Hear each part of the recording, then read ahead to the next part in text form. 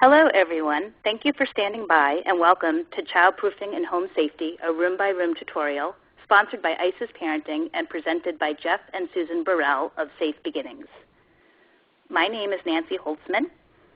I'm the Vice President of Clinical Content here at IsisParenting, and I'm a nurse, lactation consultant, and maternal infant specialist. I'll be serving as the moderator this evening. During the presentation, all participants will be in a listen-only mode. However, you can submit questions by typing them through the chat feature located to the left of your screen. We'll save some time to answer questions at the end of the presentation. Tonight's webinar is being recorded, and all of you will receive a link to the recording tomorrow. So if you miss something or need to step away for any reason, that's okay. IsisParenting is proud to host this evening's webinar. ISIS is the nation's most trusted prenatal and early parenting destination. We provide innovative programs and a highly edited selection of products for expecting and new families in our 4 Boston area centers and online at IsisParenting.com. As I mentioned, I'm Nancy Holtzman, and I'll be your moderator this evening. It's my pleasure to introduce our presenters for this evening, Jeff and Susan Baril. Jeff Baril is the president of Safe Beginnings, one of the first childproofing companies in the United States. He's also the president of the International Association for Child Safety, a worldwide network of child safety experts and baby-proofing professionals. Jeff has over 20 years of home safety assessment and installation experience and has personally surveyed and childproofed more than 5,000 homes. He's passionate about ensuring parents and caregivers are educated about maintaining safety at home. Susan Baril is Vice President of Safe Beginnings and assists in the management and daily operations of the business along with marketing and creative efforts. As a mom, she's always been passionate about safety and is dedicated to helping other parents keep their kids safe. Welcome, Jeff and Susan. Thank you, Nancy. It's our pleasure to be here with everyone tonight. Good evening, Safe Beginnings. This is Susan. Hi, I need help. My child just started to crawl. How old is your baby? 7 months. Have you done any childproofing yet? No. What was I supposed to? Well, the best time to childproof is before your baby starts to crawl. Well, so here we have it. We have a child who's 6 months, 7 months, maybe 8 months, and it's time to childproof our home. So before we get started on the actual room-by-room process, I want to talk a little bit about separating your home into different spaces. I think it'd be appropriate to say we need some baby space, some family space, and some adult space. A good example of baby space might be a nursery or the inside of a play yard. These are pretty much exclusive spaces dedicated to your child. Family space is more like a kitchen or a family room, or maybe it's that man cave downstairs. And, of course, we all need adult spaces, spaces where we can be parents, where we can kind of carry on the way we normally do. And these are areas that I like to call by invitation only, spaces that your child would only go into when 100% supervised. Now, in order to create these spaces, you'd use safety gates. And there are several different types of safety gates. There are hardware-mounted gates. And earlier there was a question given to us. If I wanted to mount a hardware-mounted gate at the top of my stairs and didn't want to put holes into my banister, what would I do? I think everybody can see the bottom left-hand picture is a set of clamps that go around the post, and then a piece of wood attaches to those clamps so you don't have to have holes in your posts. This isn't available for necessarily every type of post, but it is for most. Now, hardware-mounted gates are by far the most secure of all the gates. They're the easiest to use, and contrary to belief, if you want to take them down on a temporary basis, it's the easiest type of gate to do that with. The second type, and maybe one of the more popular styles of gates, are pressure-mounted gates. Now, these gates extend across an opening, and then in the center of the gate is a doorway that opens and closes. Keep in mind, however, since this gate has to be able to stay in place, when the gate is open, there is a threshold across the bottom. Also keep in mind that although most parents think that pressure gates, just because they don't use screws, don't do any damage, that's not necessarily so. So if you're going to use a pressure gate and you're pressuring it up against a hollow wall, you may want to use some sort of device to ensure that the gate itself doesn't push right through the wall. A third style of gate are gates for wide or irregular openings. And these gates, which we call sectional gates, are made of pieces. The pieces are either 24 inches long or 10 inches long with a center section that actually has a doorway in it, just like the pressure-mounted gate you saw previously. Now, these gates are also hardware-mounted, and like the other hardware-mounted gates, are easily removed, so if you're having a large family get-together or your situation changes on a temporary basis, you can remove the gate and then reinstall it when everybody's gone. Another great device to have in your home are play yards. Now, play yards, like the sectional gate, are made of pieces, the difference being rather than connecting to a wall, they connect to each other. It's important when selecting a play yard to have one that has a doorway so you can go in and out with your child. Play yards that don't have doorways, although they're inexpensive and readily available, the problem is that you're lifting your child over the side, which does nothing more than teach them that the way out of a play yard is to climb. Now, these play yards are great in home offices or master bedrooms or sometimes a family room when you're not ready to quite empty things out yet. And we just saw a question come in about Christmas trees, Jeff. Yes, play yards are great for Christmas trees. We like to say when it comes to gates, whatever you might use to keep your child in can also be used to keep them out. So in this particular case, you could use a play yard this time of year to surround your Christmas tree and keep a youngster away from the lights and the possibility of pulling that tree over. And then later when the season is over, you can use it the way it was meant to be used, and they could have exclusive space within there. When it comes to baby proofing, I like to think of putting myself into what I call a safety state of mind.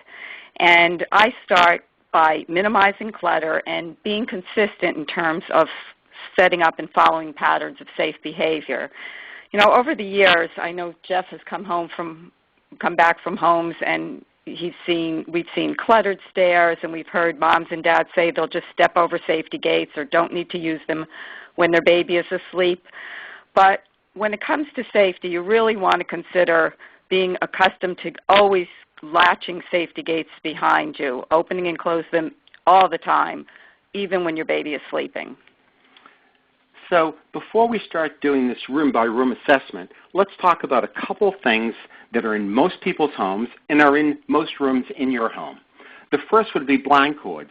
Now, when you take a blind out of a package and you've just bought it from a store, it's usually got this big 3x3 sticker on the end of the cord that says, "These cords are dangerous. Please put the blind cleats that came with this cord up on the wall so that you can wrap the cords up." Unfortunately, if you've just moved into a home and somebody previously had no children, they may not have put these up, and you may have to go out and buy some cleats so you can install them and wrap up that cord and get it out of the way.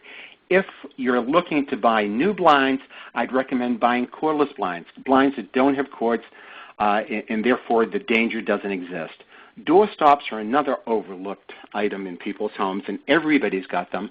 And the problem is that over the course of time, the little rubber stops degrade, they become brittle, and they're very easily taken off by children and popped into their mouths.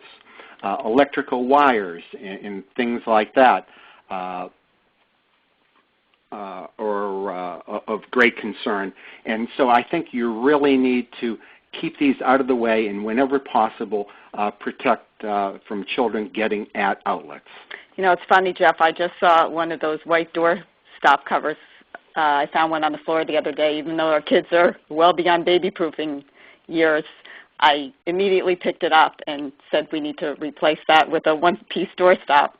Well, it's very important to do that. It's a simple process. It couldn't take you more than a half an hour to go through your house and change all those door stops over. Back to the electrical outlets a little bit.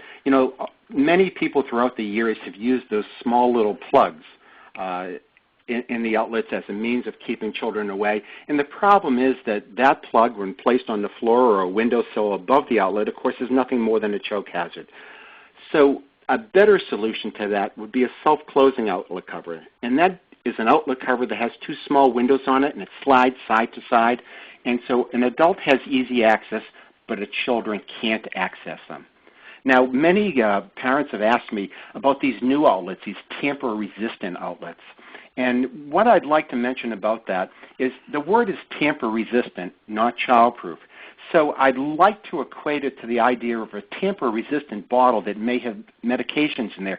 You wouldn't give your child something like that to intentionally play with. Why give your child access to an outlet? So even though your outlets may be tamper-resistant, we still want to teach your child that these outlets are not toys, and I still recommend either putting plugs in them or, better yet, using a self-closing outlet cover in front of them. Oh, that's good information.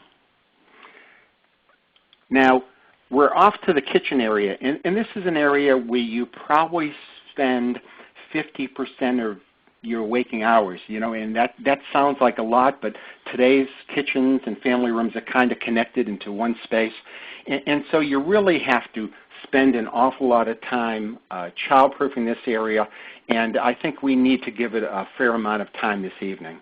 So when it comes to cabinets, there is two different schools of thought. One is you pick and choose which cabinets you feel have dangerous items in them and lock them, and the other way to do it would be simply to latch everything from waist down. When you're latching everything from waist down, you set up a set of expectations for your child. They know if they go to a drawer or a cabinet, they're not getting in. When doing things this way, many parents feel after a couple months, why did I do this? My child never goes near the cabinets. Well, the reason they don't go through near the cabinets is because you did. It's also a great way to assure that when you go to someone else's home that isn't childproof, they're less likely to go after those drawers and cabinets because the idea in their mind is that these cabinets don't belong to them. Ovens, of course, are another source of injury, and you may want to think about putting an oven lock on your stove so that the door can't be pulled open inadvertently. You might want to also think of putting some covers over the stove knobs so that a child can't have access to the gas, turning the gas flame on and off. Pantries and kitchens may offer issues. You open a pantry door. If you have a pet, a cat or a dog, you may find that you've got food behind there that may be a choke hazard. You may find that you have canned goods in there that, quite frankly, are heavy. And if you've ever had one of these cans fall on your toes, you'd know just how harmful this might be. Now, many homes today either have a basement door in the kitchen itself or in the hallway very close to the kitchen. And this may be a place where if you've got your laundry downstairs, you're going in and out all the time. It also may be the access to the garage. Now, back in the day when we had little ones, which is quite a while ago, Susan was standing in the kitchen. She was carrying some laundry. You're going to tell that story? Yes, I am. And I thought she shut the cellar door. She thought I shut the cellar door. And all of a sudden, maybe we were misjudging how fast Michaela could go or just how far she could go, but we heard that thump, thump, thump, thump, thump. It was our little one going down the cellar stairs. And I'll tell you, my heart sank. I heard the sound, and I knew exactly what it was at the time. So basement stairs hold a particular concern. And earlier tonight I saw somebody had a question about a set of basement stairs that didn't have sides to it that were open. And I'm sure they're not the only person that has a situation like this. And I think the question was, do they build a wall or what do they do? And I guess, yes, that is the answer. The answer is to pick up the phone and call a carpenter and remedy the situation. That's the kind of situation that in a new home today couldn't even exist, but in older homes it was quite the norm. Jeff, in terms of the kitchen, I was just talking with a dad last week, and this has come up before.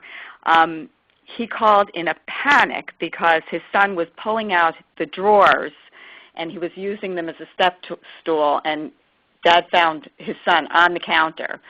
So another good reason to have all your cabinets latched. How about the time that we were in someone's home and the mom said there was nothing in that one drawer, she didn't want to latch it, there were just dish towels, and what did you find in there? The blades to the food processor were underneath the dish towels. Okay. It was probably a handy place to keep them, but if you don't realize they're there, and it just kind of reinforces that whole idea of being consistent, latching everything from waist down. I understand it's a lot of work, and at the time you do it, it may not seem totally sensible, but it will pay you dividends as you go forward. Another little tip for the kitchen that I still do to this day is I load my dishwasher with the knives and forks facing downward, just out of habit from when the kids were little. And I always make sure my dishwasher is securely locked. Things that you want to consider doing when they're young, when they're babies, and you'll keep doing them as they get a little bit older. I think that's what we call kitchen etiquette. Mm-hmm. You know, earlier I mentioned the kitchen and the family room tend to be one area in lots of homes. Not every home, but in lots of cases it is. And I'd like to speak a little bit about some things that are kind of new to us as far as hazards. And, you know, every year we get some calls from a reporter, and they want to know what's new in the safety business. And what's new in the safety business is dictated by the new hazards that occur. And over the years, flat-screen TVs have become so prominent, and they've gotten bigger and bigger and bigger. And unfortunately, most of us have TV stands that we purchased years ago when TVs were those big, heavy, square things. And so it's not uncommon for people to have big screen TVs that actually stretch off the side of their TV stand. And, of course, this is an exceptionally dangerous situation. So whenever possible, if you could actually attach the TV to the wall, that would be the best scenario. The second best scenario would be to have that TV on top of a proper stand, and then the TV itself should be either tethered to the wall or tethered to the stand itself. Now, somebody earlier asked us, can I tether a TV set to a plaster wall? And so I'm not quite sure exactly what the question is, whether they meant a plaster wall meaning an old plaster wall or simply a wall with a new-fashioned wallboard. But the answer, of course, is yes. However, the attachment should be where there's a stud, either a wood stud or a metal stud. And I'd have to say that I'd recommend, if you're not sure how to find one, to simply go out to Lowe's or Home Depot or Ace Hardware and buy a good stud finder. There's no way to go about finding a stud without one in lots of homes, and you want to make sure the attachment is really good. And is there a difference in furniture attachment straps, Jeff? Can you there's lots of different types. Some of them are rigid in that they have an arm that goes from the TV to the wall, and it's a rigid arm. Others are actually straps. But, you know, whether it be latches for the kitchen or safety straps for the TV, it's a strict get-what-you-pay-for scenario. You know, there has to be a reason why one item is $2 and one item is $20, and usually it's simply a question of quality. Now back to the other things in the family room. You know, most family rooms have fireplaces, whether they be gas fireplaces or wood-burning fireplaces. But, you know, gas fireplaces are particularly tough because, generally speaking, you've got that glass in front of it, and the glass reflects everything, including the child itself. So they want to get up close and personal with that. Also, gas fireplaces don't give you a lot of time to react because there's usually just a simple on and off switch. And unfortunately, I think the building codes haven't really caught up with the whole design of this. And many of those switches are pretty low on the wall. And of course, if you've ever turned this on when your child's around, they see what you do, they see what happens, and they want to repeat that process themselves. There are covers for those switches that allow adult-length fingers to get in and turn the switch on and off, but not a baby. And what's that called, Jeff? Is it a switch guard? A switch guard. Okay. And there's a company called Levity Tree that makes these devices for both styles of switch plates that are available. But many of these gas fireplaces are not just turned on and off by switches. They have remote controls. And those remote controls should be kept high and out of place. Because of? Batteries and things like that. Okay. But we'll talk about that a little bit more in a moment. I want to get back to the fireplace and tell you that if you intend on ever having a fire, whether it be gas or wood, in a fireplace and your children present in the room, you need to surround your hearth with a sectional gate that's meant for that use that would be made of metal, not plastic, and it needs to be attached physically at the walls. And you need to measure from the gate itself to the glass and make sure that your child can't put their arms or legs through that gate and get to that fireplace. If you have a fireplace hearth, a raised brick hearth, and you don't intend on ever having a fireplace, a fire in your fireplace, you might want to think about putting padding around the edge, and that may suffice.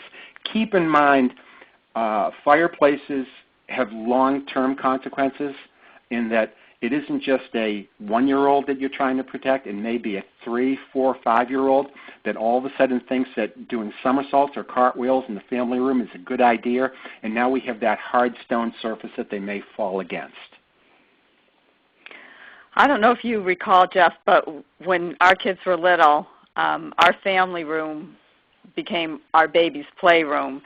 So we found it just easiest to remove anything that was not baby safe, plants, anything related to adults. Of course, the remotes, anything battery operated, and just we surrounded our fireplace with a hearth pad.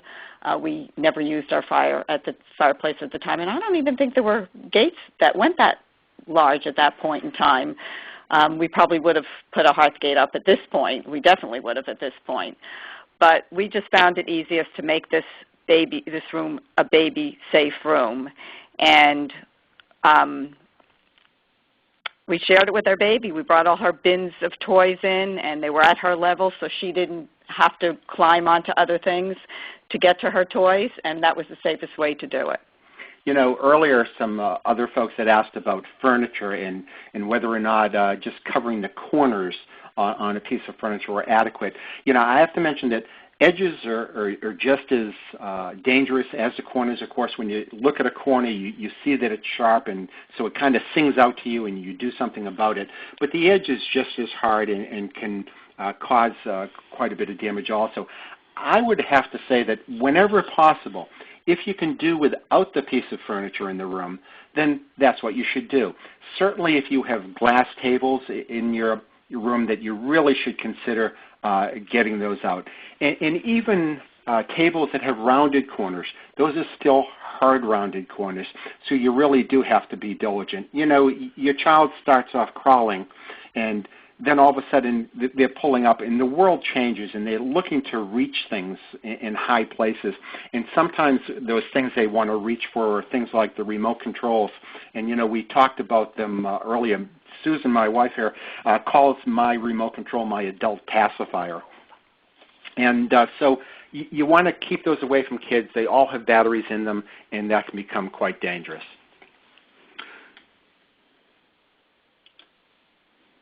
So, moving on to bathrooms. Bathrooms are very similar to kitchens.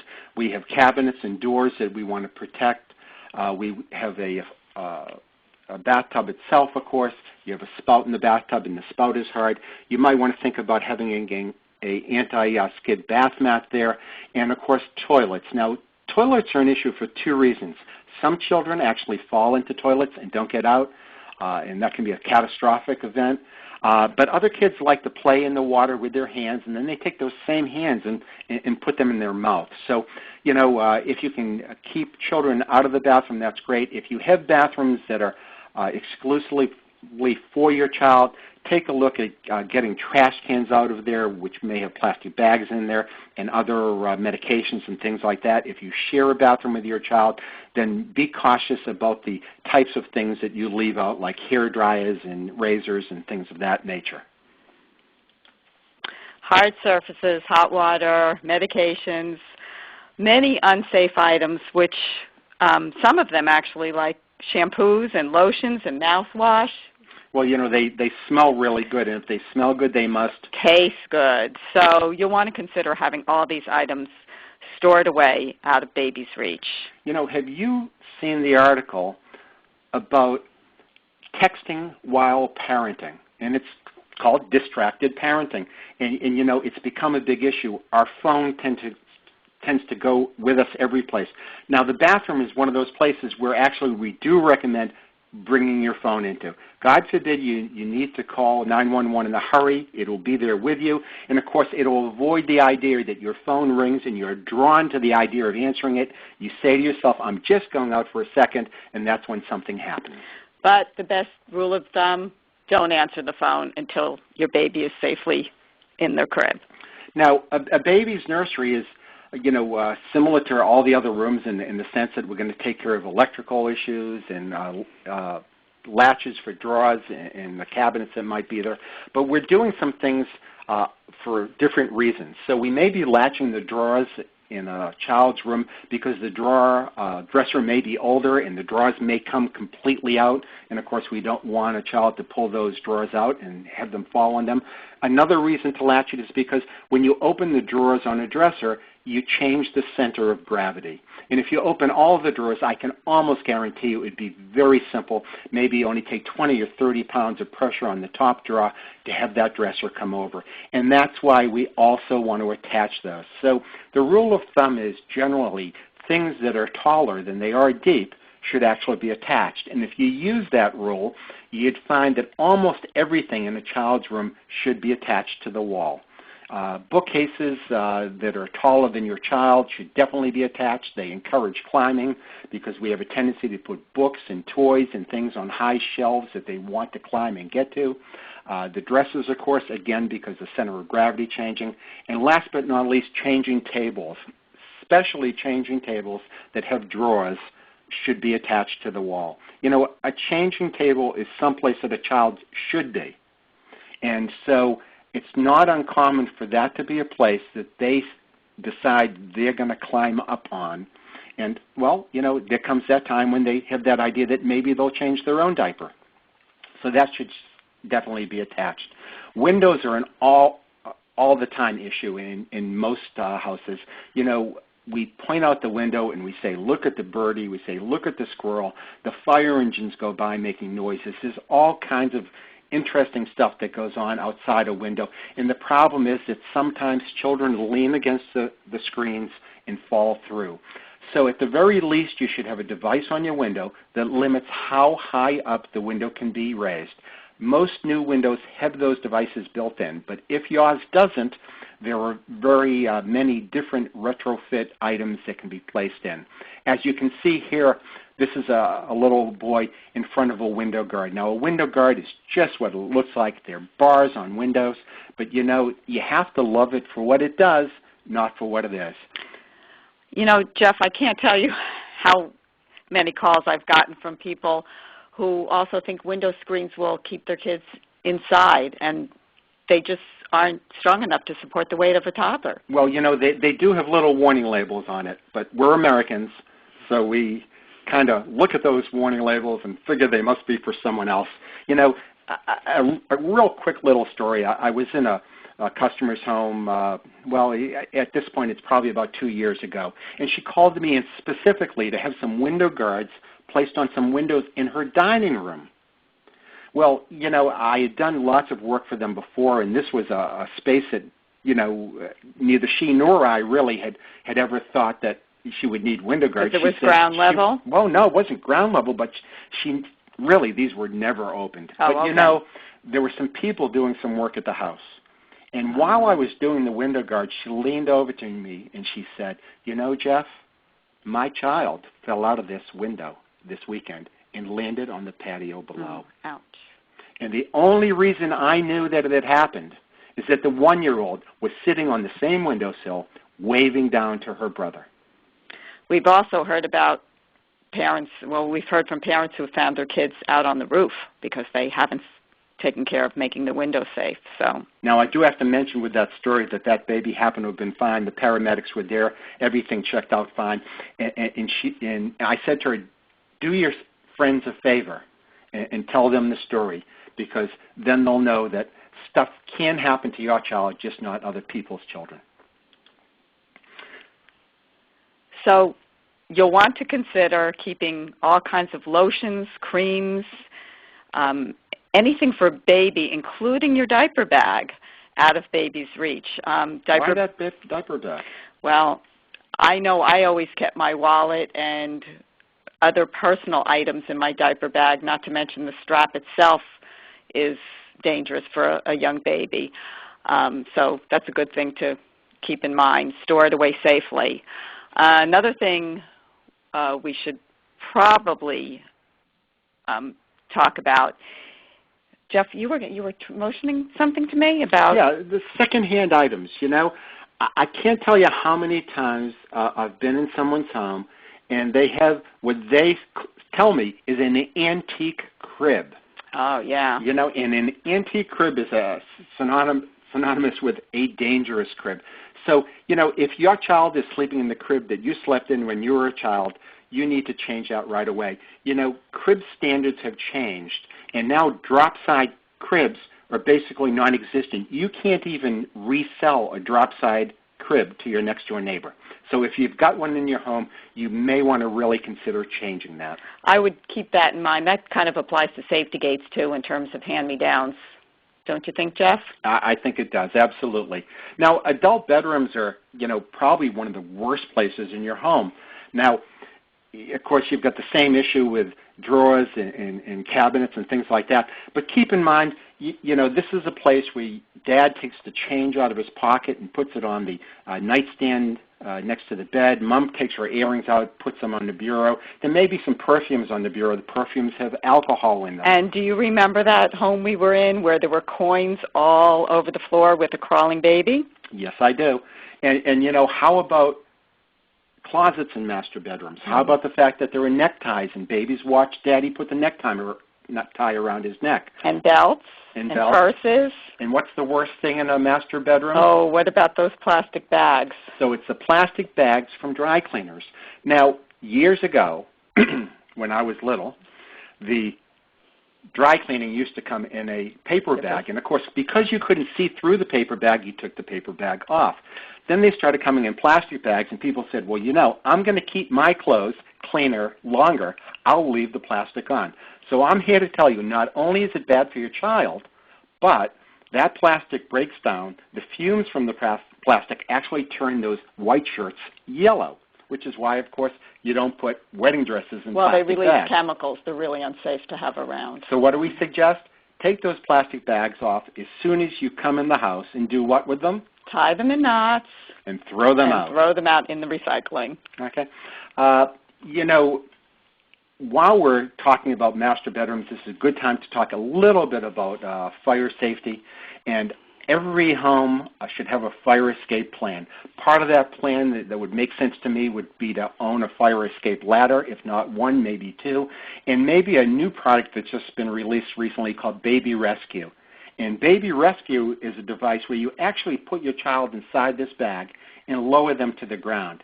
Because, you know, if you're going out a fire escape ladder, they can't hold on to you and you can't hold on to them.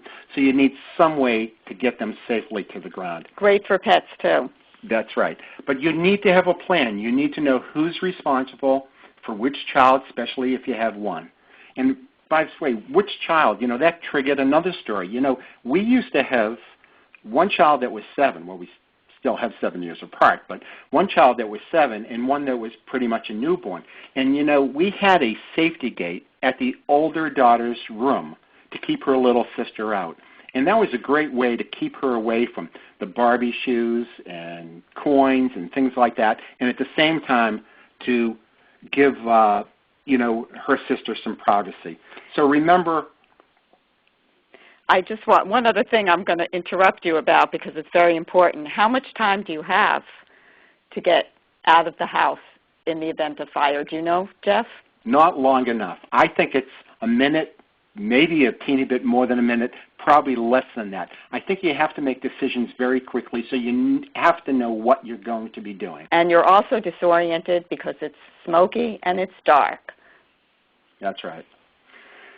Okay, so adult bedrooms, safety tips, sharp corners, bed frames. You know, that's something that you might not really think about. If you lift up the bed skirt, you may find a metal bed frame there that baby could crawl into. Avoid using your bed as a play space. You know, bouncing your child onto bed, as much fun as it is just a precursor to a child doing that themselves. And, you know, that brings up another little thing I'd like to talk about, and that's climbers. And I know a parent was asking about climbing earlier, and I think I need to mention that climbers, at least in my eyes, partially are made versus being born. And what I mean by that is we encourage kids to climb by behaviors that are theirs and some behaviors that are ours. You know, it might be very cute to lift up your child and have them turn a light switch on and off, but of course later they decide to do it themselves, and next thing you know they're climbing on something that's inappropriate and they're falling off of that. Or we may take a toy and put a toy up high someplace. Now they want to get that toy, and again, they're climbing to do that.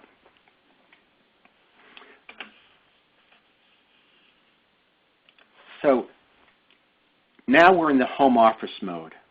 And home offices are sometimes part of larger rooms, in which case, if you have that situation, you may want to use one of those sectional gates to section off part of the room, or maybe a play yard that you can encircle your little home office area in to keep your child away from computers and paper shredders and things like that.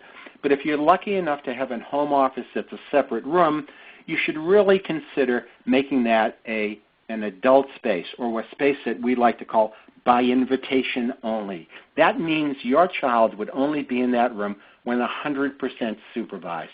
It would be a great room to have a play yard in, or to maybe use that pack and play that you thought you weren't going to get much use of anymore. And if your child's in that room, you put them in the play yard. You don't hold them on your lap one day and put them in the play yard the next day. That just confuses them as to what the behavior is supposed to be. Of course, best of all would probably be to have a gate at that door and just make it totally off limits. So remember, work while your baby is sleeping. You know, it's as simple as that, isn't it? You know, many people say, you know, I'm always watching my child. And people that say that to me are normally people that have children that aren't crawling yet, because naturally what happens is they learn every time you look away to go in the other direction. So work while your baby's sleeping. Outdoor decks. Now, decks are a little tougher than inside spaces because you don't really control how the sun hits them. You don't control the wear and tear on wood products. So wood products, of course, are prone to splinters. If you have one of these new decks with these synthetic materials, they can get quite hot. And, of course, in this particular case, we happen to have a barbecue. Now, this barbecue has a hearth gate around it, and this is the same type of gate system that we'd recommend to go around the fireplace. We have a little girl standing in front of a railing system, and you can see, I don't know if you can see, but I can see, of course, that there happens to be some netting between the balusters. And that's because the space between those balusters is too wide. And so you might ask, what's too wide about a baluster? And so outside as well as inside, and we haven't talked about that yet, if it were a play space, otherwise if this were a playground, the proper spacing between those uprights would only be 3 inches. Now, the building code allows for quite a bit more than that. The National Building Code, I should say, is 4 inches from the center of one baluster to the center of the other, which would normally make it about 3.5 inches in between the balusters. I would suggest that very few people that are on the call this evening actually have that spacing. So you need to consider what the maximum space is, and you need to consider the age and size of your child. Now, many people think that what we're protecting against is a child getting their head stuck between those balusters, and that's really not the case. What we're really worried about is the child getting their body through that space, but not their head. So if you have a space that's over 4 inches, you might want to consider either using netting products or maybe some rigid plastic on the inside of that railing that would keep those spaces from being accessible to your child. And when you measure, Jeff, you might want to point, or we should point out that you want to measure at the widest point because some balusters taper. That's right. And so, keep that in mind. Realize that when you put a gate at the top of the stairs, that you're actually making it more likely that your child look to other areas to try to get downstairs. So make sure that measuring the spaces between the balusters is part of your gating scenario. So you'll want to consider making a safe area on your deck or in your yard. You want to be careful that your baby isn't in the sun all the time. Keep chairs and benches away from the sides of your deck. And basically take a good look around and make sure that everything that's unsafe is stored away, and be especially careful about emptying wading pools or any kind of buckets after you use them.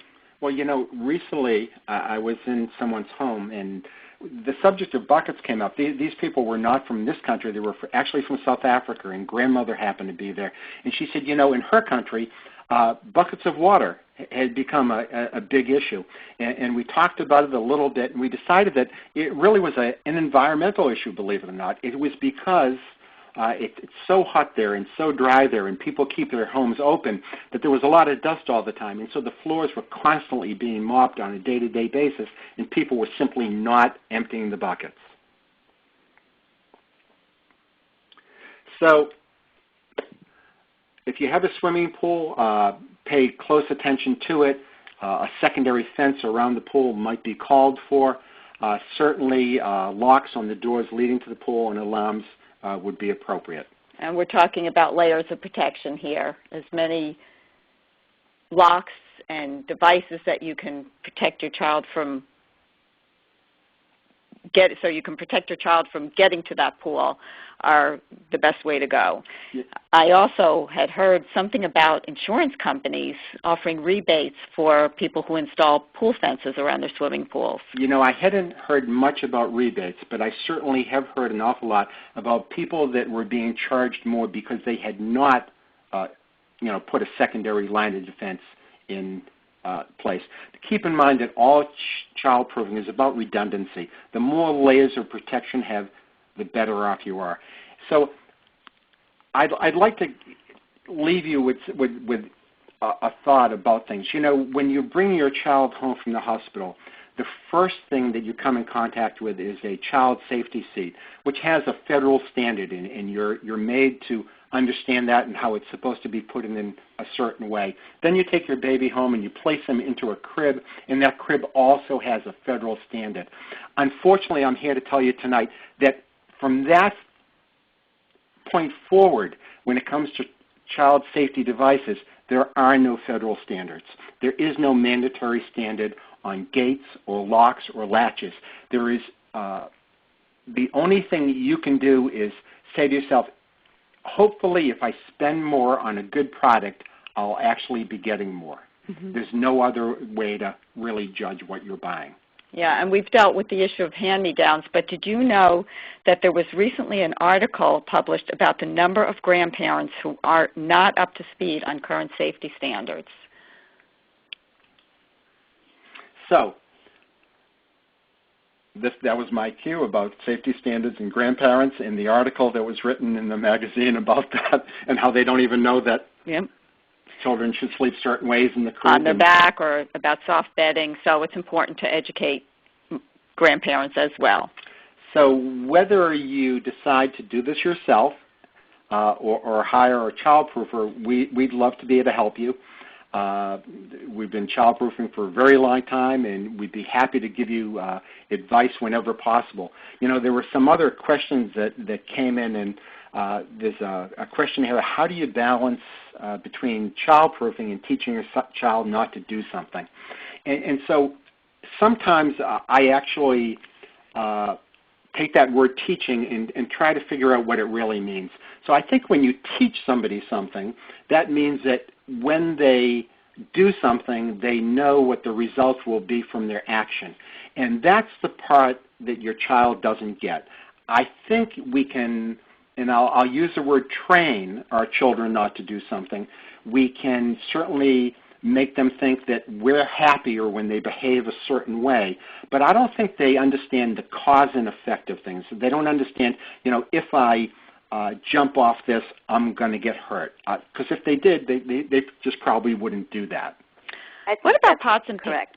I think this is Nancy, and I was just having this conversation with someone earlier today that toddlers they don't have the ability to resist. They don't have self-control. Toddlerhood is all about gradually learning self-control, and infants have no self-control. So they see something, they want to put it in their mouth, they'll put it in their mouth. And to answer the question that you asked, somebody else asked a similar question about the floor lamps and how do they, what are they supposed to do about the floor lamps and the toddler, pulling up on them and pulling them over and so on. And, I just think that setting up your environment for success is going to make your life and everybody else's life so much easier. You don't struggle over saying no all the time and having to basically tail your child around the floor, that an environment that they can explore and be reasonably safe with some supervision, but, setting up certain areas that they can explore is going to make everybody's life easier. Yeah, that's a good point. I think that's great information. And, I think you said something, using the word no. Many times, we talk about if we could change the words, no is used so often. We say no more Cheerios and no more apple juice, and those are pretty good things to most kids. So I think that's pretty confusing. If we could use the word dangerous for things that are truly dangerous, and then when your child gets a bang or a bump, you could say, see, Mommy said that was dangerous, or Daddy said that was dangerous, that eventually they start maybe to catch on a little bit. Mm-hmm. Also, the way toddlers process information is very different. So, you may say no climbing on the table, or, don't bang that on the table. And they don't process that information very well. You need to provide them. You need to spoon feed them with the alternative. What is it that you do want them to do? So instead of saying don't climb on the table, you can say both feet on the floor, please. And that actually tells them what you do want from them rather than just telling them what you don't want. They can't extrapolate the information the way we can. Don't climb on the table to us obviously means stand up, but to them, not so much. So it's better to just be really concrete. And it's almost as presenting a positive way as opposed to a negative way. That's called positive doing discipline, things. exactly. Mm-hmm. Yes. Mm-hmm. Okay. Well, it's funny. The question is how do you give a child a way to explore? And I think the more childproofing you do, the safer the environment's going to be. Bangs and bumps happen, and actually they should happen. We just don't want to have life-changing events. We don't want to have catastrophic things happen. And that's really what childproofing is all about. I think sometimes you have to look at childproofing and think of it as another form of insurance. Yeah, I think you're absolutely right. You cannot prevent all the injuries, but taking an infant CPR, toddler CPR class so you can help somebody else's child at the playground or a choking incident at a party, and getting your home reasonably childproofed so that your child can have some free roam and isn't always contained in a pack and play or an exerciser. They should be able to explore the living room or the family room. I'd say usually the 4 rooms that people tackle first. I don't know if your expertise says otherwise, but I usually tell people to pay attention to the kitchen, the family room, the baby's room, and the parents' room, because those are really the 4 rooms that your children are going to spend the most time. Absolutely. That makes perfect sense. And, it depends how your house is arranged.